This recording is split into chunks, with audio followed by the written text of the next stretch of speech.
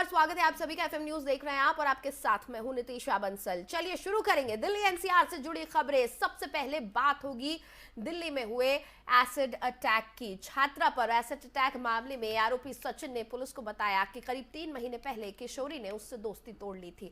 उसने एकाएक उससे मेलजोल रखना बंद कर दिया। बार बार प्रयास के बाद भी किशोरी उससे मेलजोल रखने को राजी नहीं रह रही थी और इसी बात को लेकर वो काफी गुस्सा था। किशोरी को सबक सिखाने के लिए उसने अपने 2 दोस्तों के साथ मिलकर साजिश रची।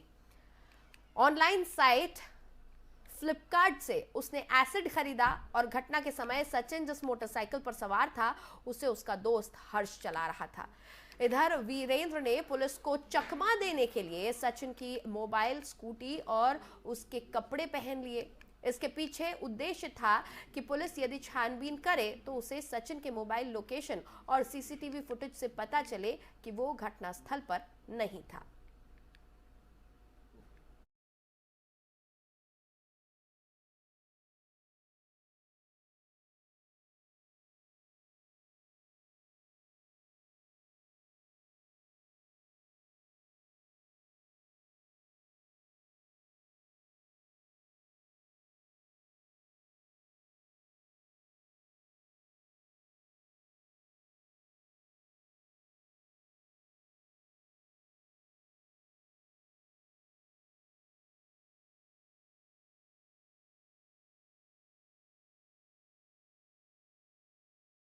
हमारे साथ इस वक्त पूर्व आईपीएस वेद भूषण सर जुड़े हुए हैं, उनसे हम इस पर बातचीत करेंगे। बहुत बहुत स्वागत है सर आपका एफएम न्यूज पर। जी नमस्कार जी। सर, जिस तरह की हम ये खबर देख रहे हैं, एसिड अटैक को लेकर लंबे समय तक चर्चाएं चलती रही, कानून बना, प्रदर्शन हुए, सब कुछ हुआ, लेकिन उसके बावजूद भी एसिड अटैक रुके नहीं है। और इस तरह की ये जो मानसिकता है अपराधियों की कि अगर आपसे बात नहीं कर रहे हैं, आपके साथ संबंध नहीं रख रहे हैं, आपको किसी चीज के लिए मना किया जा रहा है, इनकार कर रहे हैं, तो आप लड़की के साथ कुछ भी कर गुजर रहे हैं। ऐसे अपराधियों के खात्मे के लिए या फिर ऐसे अपराधों के लगाम के लिए और क्या कदम उठाए जा सकते हैं? देखिए, इस बारे में जो कानून है 326A वो बहुत पर्याप्त है। उसमें बेल का प्रोविजन नहीं है, नॉन बेलेबल है। हाँ। और 10 साल की सजा का प्रावधान है। उसके बावजूद भी जो इस तरह के एसिड अटैक होते हैं जी। उनके ऊपर जो रिटेल में जो एसिड मिलता है उसको चेक किए जाने की जरूरत है कि रिटेल में नाजायज जो है लोगों के हाथ में तेजाब ना पहुंच पाए। हाँ। उसके लिए तमाम तरह के कदम उठाए जाने की जरूरत है और इसके लिए बाकायदा गाइडलाइंस बनी हुई है। फिर भी जो दुकानदार हैं अपने छोटे लालच के चक्कर में वेदभूषण सर, आम आदमी के हाथ में बेच रहे हैं, जिस वजह से इस तरह की वारदातें हो जाती हैं। वेदभूषण सर, देखिए हम लोगों ने बीते दिनों बीते कुछ सालों में काफी कानून बनाए गए, गाइडलाइंस जारी की गई थी कि रिटेल में तेजाब नहीं मिलेगा, आई कार्ड आपको लेकर जाना होगा, पर्पस क्या है वो सब कुछ क्लियर होना चाहिए, तमाम तरीके की गाइडलाइंस जारी की गई थी। लेकिन इस पूरे मामले में ऑनलाइन खरीदारी हुई है। एक ऑनलाइन वेबसाइट से, ई कॉमर्स वेबसाइट से, बहुत ही पॉपुलर वेबसाइट है फ्लिपकार्ट, वहां से तेजाब खरीदा गया है। अब इन प्लेटफॉर्म्स का क्या किया जाए, किस तरह से लगाम लगाई जाए? देखिए, जो फ्लिपकार्ट के माध्यम से इस तरह की जो चीजें प्रोहिबिट आइटम्स है, यदि वो वहाँ से सेल किए जा रहे हैं तो फ्लिपकार्ट पर भी रोक लगाई जा सकती है। ये केंद्र सरकार की जिम्मेदारी है। हाँ। कि इस तरह की चीजों पर चेक करना, बैलेंस करना, ये जो तमाम सिस्टम है उनकी जिम्मेदारी है। यदि आप कल को रिवॉल्वर, बंदूक भी यदि फ्लिपकार्ट से भेज के मंगवाने लगेंगे तो ये फ्लिपकार्ट की जिम्मेदारी है कि वो क्या प्रोडक्ट जो है बेच रहे हैं, किस कंट्री में, वहाँ पर वो अलाउड है या नहीं है। अमेरिका में रिवॉल्वर, पिस्टल बेचना अलाउड है, खुलेआम शॉप से ला सकते हैं, पर इंडिया में नहीं है। तो परंतु फ्लिपकार्ट चूंकि एक इंटरनेशनल कंपनी है, ये कंपनी की जिम्मेदारी है कि वो तेजाब उन्होंने अननोन आदमी के हाथ में पहुंचा कैसे दिया। हाँ। तो ये तमाम चीजें सरकार को संज्ञान लेना चाहिए, इनके ऊपर सख्त एक्शन लिए जाने की जरूरत है। हाँ। सर, इस पूरे मामले में जो घटना हुई है वो महज एक दोस्ती को लेकर हुई है कि आपसे दोस्ती तोड़ दी तो शख्स ने तेजाब फेंक दिया, अपने दोस्त की जैकेट पहनकर आ रहा है, गुमराह करने की पूरी कोशिश की, हालांकि कर नहीं पाया। लेकिन जो मानसिकता डेवलप होती चली जा रही है लोगों में कि आपको ना नहीं कह सकते, खासकर लड़कों में ये देखा जा रहा है कि आपको ना नहीं कह सकते। अगर लड़की ने आपको ना कहा तो फिर आप उसके साथ रेप, हत्या, एसिड अटैक, उसकी किडनैपिंग, कुछ भी कर सकते हैं। इस मानसिकता का इलाज क्या है और क्या आपको वजह नजर आती है? देखिए ये चीजें घर से शुरुआत होती है, दोनों ही पक्ष इसकी जिम्मेदार हैं। लड़की 17 साल की है और अभी तो प्रेम प्रसंग में पड़ी हुई है, तो इसकी पढ़ाई करने की उम्र है।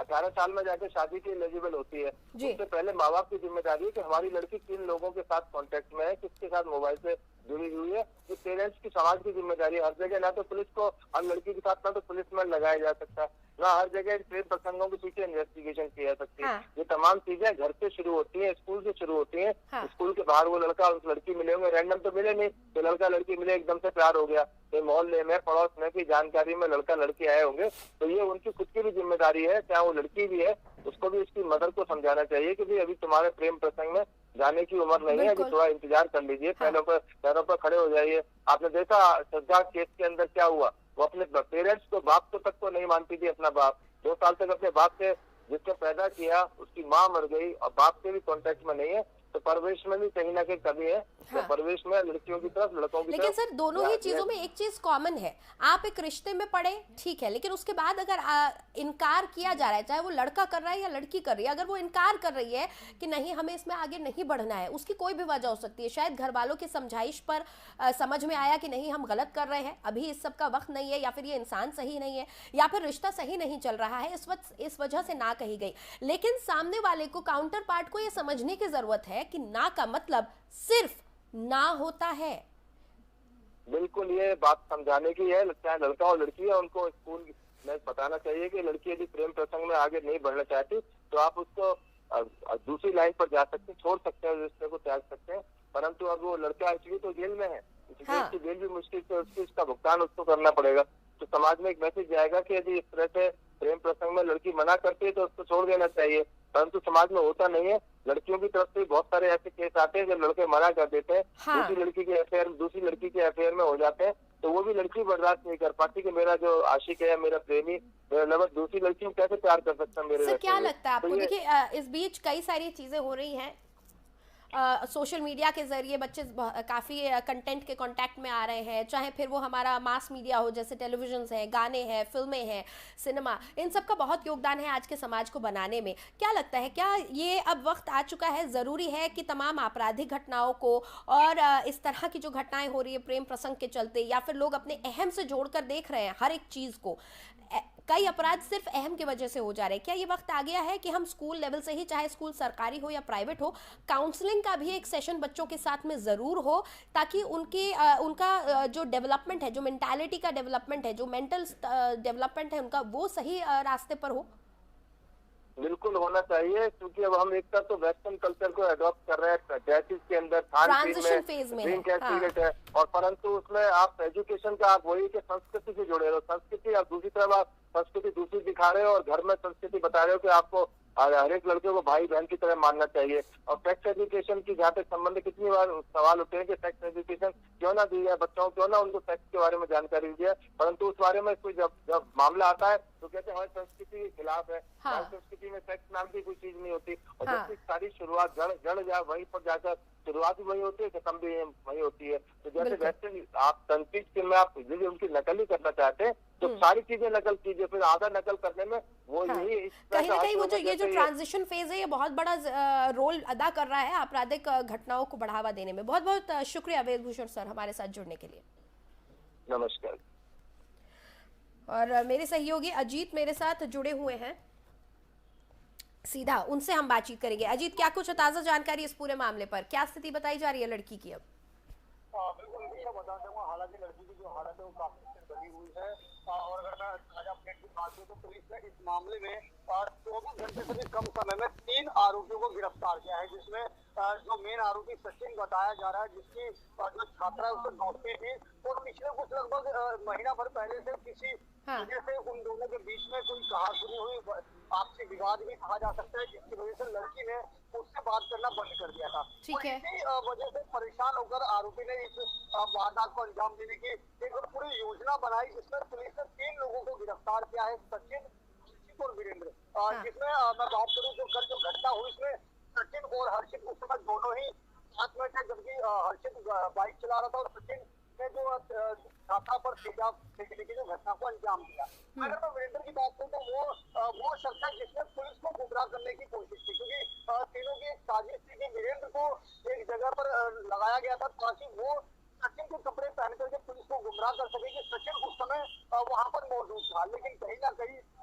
तीनों की जो साजिश है वो नाकामयाब हुई और पुलिस ने वारदात के कुछ समय बाद ही तीनों को गिरफ्तार कर लिया है और पुलिस और आगे की जांच में लगातार जुटी हुई है। अजीत, बच्ची की स्थिति के बारे में क्या बताया जा रहा है? बिल्कुल, बच्चे की स्थिति जैसा कि बताया गया कि बच्चे की स्थिति स्थिर है, हालांकि ज्यादा माइनर नहीं है, लेकिन कहीं ना कहीं जब तक खतरे से बाहर नहीं आ जाए तो आ जाती है छात्रा, तब तक कहीं ना कहीं पूरे परिवार के लिए ये मुश्किल भरा समय जरूर है और ऐसे में अभी कुछ भी कह पाना शायद जल्दबाजी होगा। अजीत, माता पिता से बातचीत हो पाई है या फिर किसी भी और परिजन से आपकी बातचीत हो पाई है क्या? तो बिल्कुल, परिजन से जो जानकार है वहाँ के आसपास के लोग हैं उनसे बात की, जैसा कि बताया जो आरोपी है सचिन, ये जो युवती है, जो छात्रा है उसके पास ही रहते थे। दोनों पिछले लंबे समय से एक दूसरे के संपर्क में थे, दोनों के बीच में दोस्ती का काफी पुराना रिश्ता भी था और लगभग जैसा बताया कि पिछले कुछ समय से इन दोनों के बीच में किसी बात को दासनी हुई और यही बात सचिन से नागवार हुई।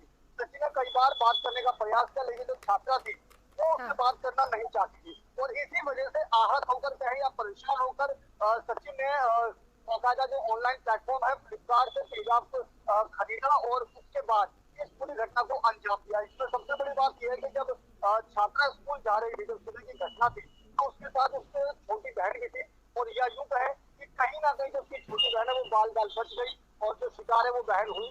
साफ तौर पर कहा जा सकता है कि जिस तरीके से बहन का उसके साथ बिल्कुल, शायद इस घटना का और भी विभत्स चेहरा हमें देखने को मिलता। अगर दोनों ही बहनों के ऊपर तेजाब पड़ जाता तो और भी विभत्स ये पूरी घटना हो सकती थी। बहरहाल बहुत बहुत शुक्रिया अजीत उस पूरी जानकारी के लिए।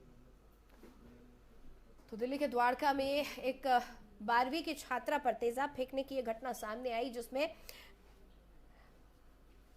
छात्रा की बहन भी उसके साथ थी और छात्रा के एक पुराने दोस्त ने उस पर तेजाब फेंक दिया। पूरे मामले में 3 लोगों के ऊपर अब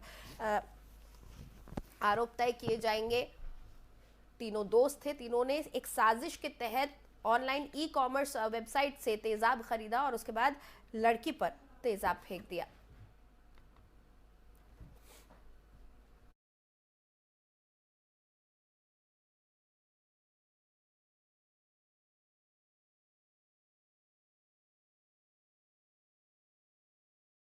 दिल्ली में श्रद्धा वाकर हत्याकांड का मामला अभी शांत भी नहीं हुआ। इसी बीच दिल्ली से सटे गाजियाबाद में भी इसी तर्ज पर की गई अंकित की हत्या का सनसनीखेज मामला सामने आया है। मकान मालिक ने रुपए के लालच में अपने किराएदार की हत्या की खौफनाक वारदात को अंजाम दे दिया।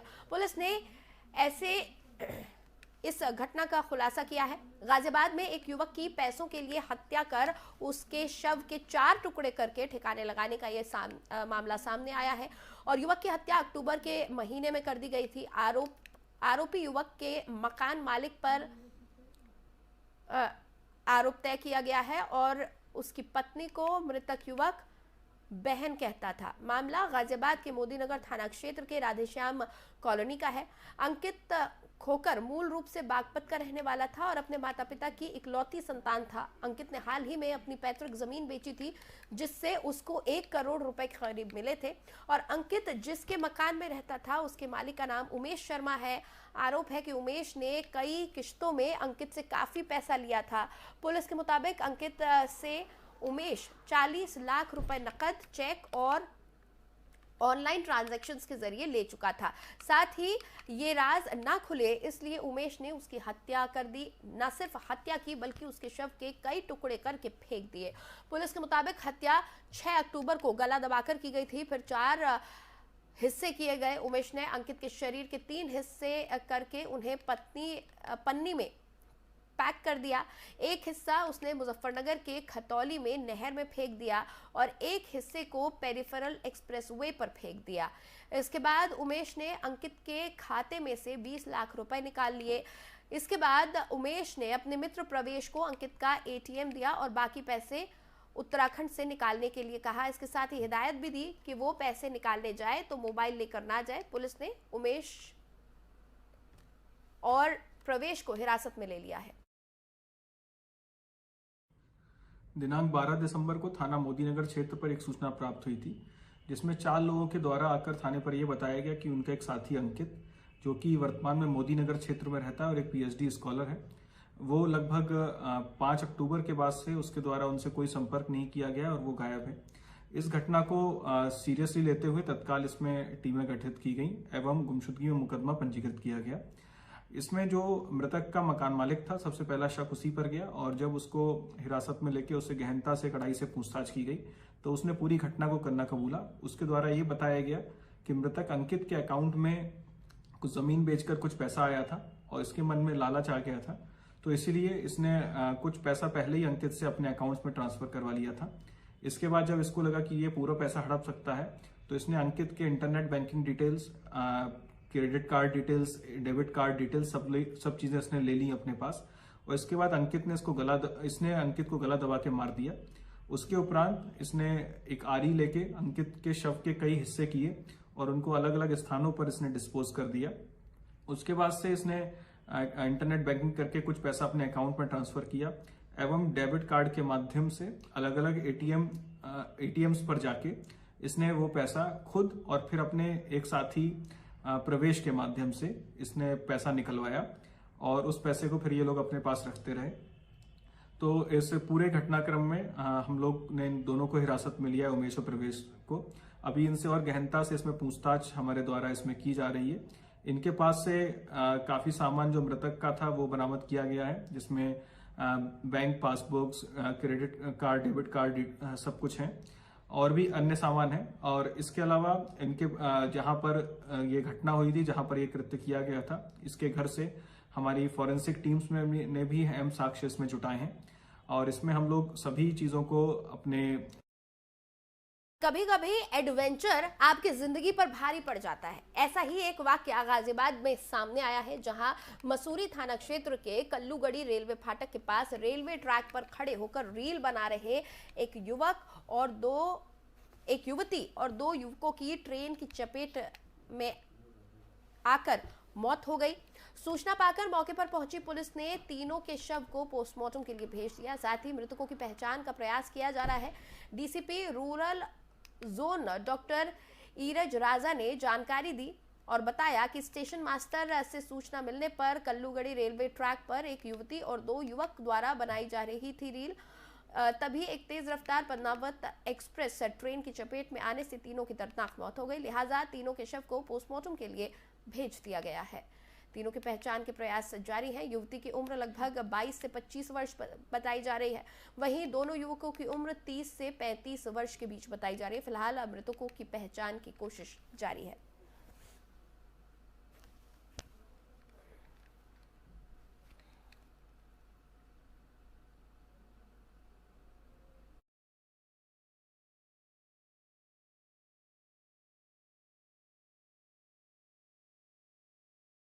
इस खबर पर बातचीत के लिए मेरे सहयोगी ताहिर मेरे साथ सीधा जुड़े हुए हैं, उनसे हम बातचीत करेंगे।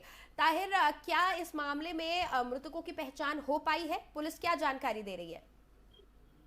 देखिए, बिल्कुल आपको बता दूं कि गाजियाबाद का ये मामला है, जहां पर कल्लूगढ़ी रेलवे फाटक के पास जो है वीडियो रील बनाना, एक युवक और दो युवकों को जो है इतना भारी पड़ा कि तीनों की जो है दर्दनाक मौत हो गई है। पुलिस के आलाधिकारी सूचना मिलने के बाद मौके पर पहुंचते हैं और पूरे मामले की जांच शुरू कर दी जाती है। पुलिस के आलाधिकारियों से मेरी बात हुई है। पुलिस के आलाधिकारियों ने जब पूरे मामले की गहनता से जांच की तो पता चला कि तीनों की पहचान जो है नदीम, शकील और जैनब के रूप में हुई है। यहाँ मैं आपको बताता चलूँ कि नदीम और जैनब जो है पति पत्नी है, जबकि इनका तीसरा जो साथी शकील है वो जो है इन्हीं का जो है रिलेटिव बताया जा रहा है। और देर रात जो है वीडियो बनाने के लिए रेलवे फाटक के पास पहुंचे थे, तभी पद्मावती एक्सप्रेस जो है पीछे से तेज रफ्तार से आती है, जिसकी चपेट में तीनों आ जाते हैं और तीनों की दर्दनाक मौत हो जाती है। देखने वाली बात यह है कि सोशल मीडिया पर जो है एक्टिव रहने के ख्याल के चलते जो है तीनों जो है रेलवे क्रॉसिंग पर जो है वीडियो बनाने के लिए गए थे, लेकिन उसी दौरान जो है तेज गति से चलने वाली एक्सप्रेस आ जाती है, जिसकी चपेट में आने से तीनों की मौत हो जाती है। देखिए, और ये कोई ऐसा पहला मामला नहीं है जहां पर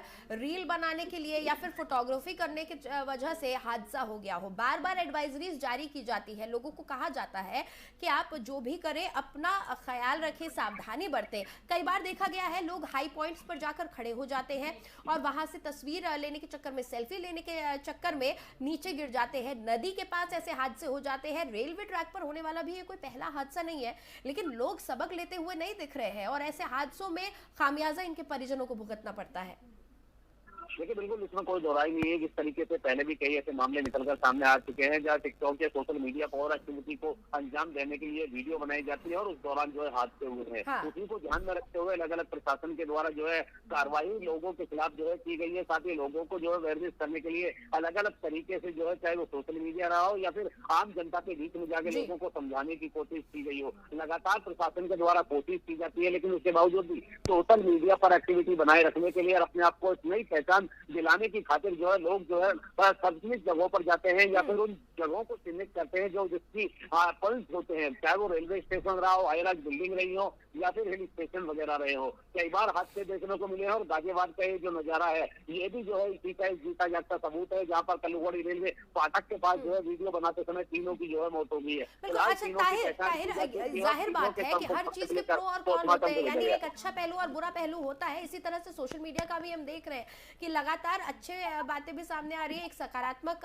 नजरिया भी उसके प्रति हम रख सकते हैं, लेकिन खामियाजा भी लोगों को भुगतना पड़ता है। ये जो रेलवे फाटक बताया जा रहा है, कलवे रेलवे फाटक, किस तरह का इलाका है? क्या यहाँ पर और लोग मौजूद नहीं थे? क्या यहाँ पर कोई ऐसा मतलब क्या ये भीड़ भाड़ वाला इलाका है, सुनसान इलाका है? कैसे ये लोग रेलवे ट्रैक के बीच में पहुंच गए और किसी ने रोका भी नहीं? देखिए बिल्कुल नीतीशा, आपको बता दूं कि रेलवे फाटक जो है कल्लूगढ़ी रेलवे फाटक है, यहाँ पर जो है आवाजाही का लोगों की जो है लगातार जो है लगी रहती है, जिसके चलते कई बार जब ट्रेन आती है तो रेलवे क्रॉसिंग को जो है पूरी तरीके से बंद कर दिया जाता है। उसी का फायदा उठाकर ये तीनों लोग जो है रेलवे फाटक पर वीडियो बनाने के लिए पहुंचे थे ताकि टिकटॉक पर अपनी वीडियो को लाइव अच्छे तरीके से दिला सके। और पीछे का जो बैकग्राउंड था, इनको पूरी तरीके से जानकारी बताई जा रही है कि पीछे से जैसे ही ट्रेन गुजरेगी उसी दौरान जो है एक पूरी वीडियो बनाई जाएगी, सोशल मीडिया पर इसको जो है वायरल किया जाएगा।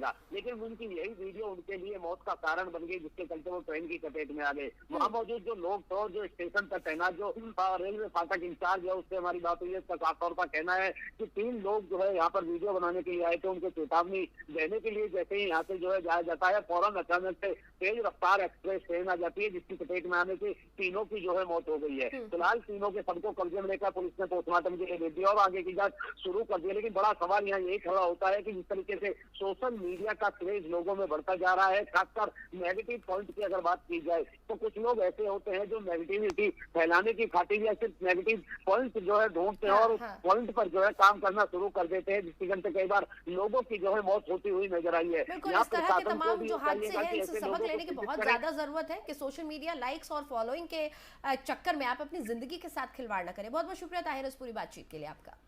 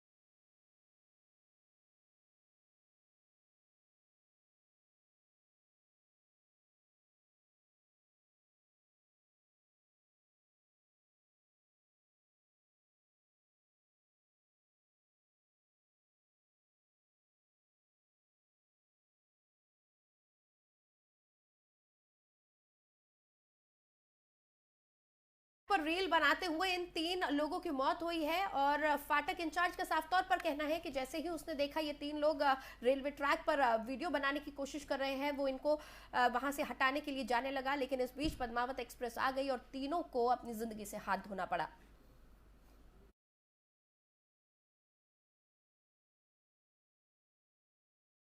दिल्ली के शालीमार बाग इलाके में घर के अंदर संदिग्ध परिस्थितियों में महिला की मौत हो गई। पुलिस ने शव को कब्जे में लेकर पोस्टमार्टम के लिए भेज दिया है। 80 तोला सोना और करीब 5 लाख की लूट की वारदात को भी अंजाम दिया गया है। लूट का विरोध करने पर महिला की तकिए से मुंह दबाकर हत्या कर दी गई। शालीमार बाग थाना इस पूरे मामले की छानबीन में जुट गया है। मुझे घर निकला था घर से, फिर सुबह 9 सवा 9 मैंने कॉल करके बात करी तो कॉल रिसीव हो गया। फिर उसके बाद मैंने 255 पे कॉल किया था, स्विच ऑफ जा रहा था। फिर उसके बाद बैक टू बैक सारे कॉल स्विच ऑफ थे। फिर उसके बाद मैं 9:30 बजे जैसे ही घर आया तो मेन गेट खुला हुआ था और लकड़ी के गेट पे ताला लगा हुआ था। फिर वो ताला जैसे ही खोला with the help of PCR और पुलिस, तो फिर वो मेरे साथ ही थे, तो अंदर यही देखा गया कि सारा सामान बिखरा हुआ है और मम्मी की डेथ हो चुकी है और सारी अलमीराज की वगैरह सब मिसिंग है। कितनी सामान गई ये सब? सर अप्रॉक्सीमेटली सामान तो ज़्यादा ही गया है, जैसे इंक्लूडिंग ऑर्नामेंट्स और इंक्लूडिंग कैश ऑल्सो। गोल्ड कितनी गई है और कैश? राजधानी दिल्ली के नेताजी सुभाष प्लेस इलाके में युवक की अपार्टमेंट की छत से धक्का देने से मौत हो गई। युवक पिछले करीब 10 सालों से नेताजी सुभाष प्लेस थाना इलाके के झूलेलाल अपार्टमेंट में काम कर रहा था। पिछले कुछ दिनों से लगातार उसे कुछ लोग पैसों के लिए परेशान कर रहे थे और परिवार का आरोप है कि उन्हीं लोगों ने युवक को छत से धक्का देकर उसकी हत्या कर दी। फिलहाल शव को कब्जे में लेकर पुलिस पोस्टमार्टम के लिए भेज चुकी है और पूरे मामले की जांच कर रही है। जी क्या नाम है आपका? मोहन। मोहन जी, क्या है पूरा मामला बताइए। थाने के बाहर खड़े हैं, क्या है पूरा मामला? ये थाने के बाहर खड़े हूँ मैं, इसलिए जो खड़ा हूँ, मेरे भाई का जो है हत्या किया गया है और मेरी मतलब जो है थाने वाले अभी तक जो है उस पर एक्शन नहीं लिए हैं। क्या करें थाने वाले, क्या करें? वो तो कह रहे अभी केस रजिस्टर किया हूँ, क्या करूँगा। आयु साहब है नहीं, एसओ साहब टूट गए हुए हैं। ये कब का मामला है? कल का है ये। अच्छा, ये वहाँ लड़का क्या करता था? वहाँ सर भी करते, माली काम करता जी। माली का पंडित ही करते थे, वहाँ पे माली काम भी करता था। माली के काम करता था। कितने सालों से काम करता? 22 साल से कर रहे हैं। किस पे शक है आपको? हाँ जी, शक जो है 4 साल की मासूम बच्ची के साथ दुष्कर्म की वारदात को अंजाम देने वाले आरोपी को पुलिस ने मुठभेड़ में गोली मारी है।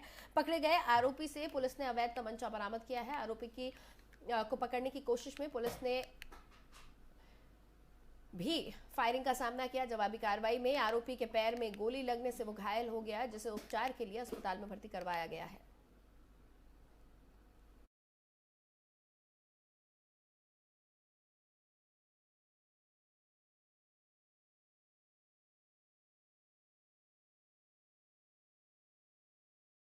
फिलहाल दिल्ली एनसीआर की खबरों में इतना ही। मुझे दे इजाजत, लेकिन आप बने रहें एफएम न्यूज के साथ।